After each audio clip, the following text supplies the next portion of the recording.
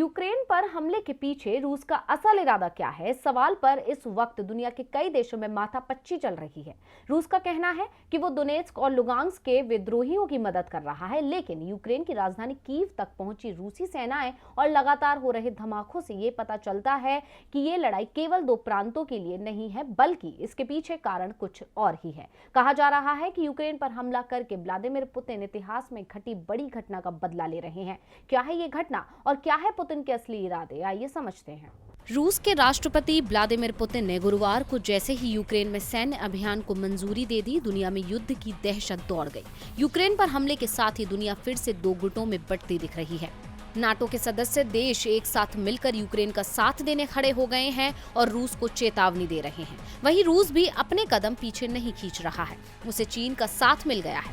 जानकार इसे शीत युद्ध का नया दौर कह रहे हैं, लेकिन यूक्रेन पर हमले के पीछे दरअसल शीत युद्ध यानी अमेरिका और सोवियत संघ के बीच की वो तनातनी ही नजर आ रही है जो अब तक इतिहास के पन्नों में दफन थी।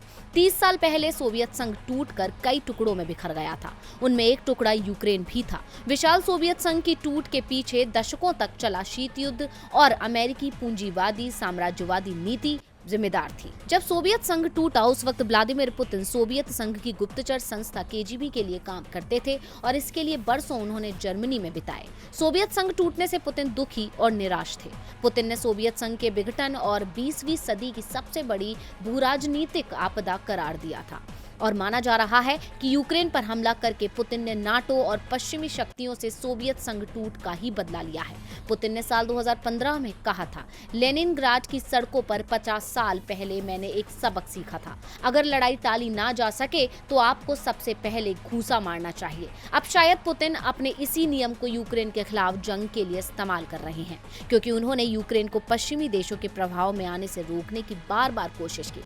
कई बार यूक्रेन को चेतावनी दी कि के अंजाम ठीक नहीं होंगे, लेकिन जब दबाव से बात नहीं बनी तो पुतिन ने हमले का फैसला लेकर बता दिया कि पहला घूंसा उन्होंने मारा है। अब ये लड़ाई कितनी दूर तक खिंचती है, इसका कोई ठिकाना नजर नहीं आ रहा, लेकिन ये तय है कि इस लड़ाई में एक बार फिर मानवता और विश्व शांति का नुकसान होगा।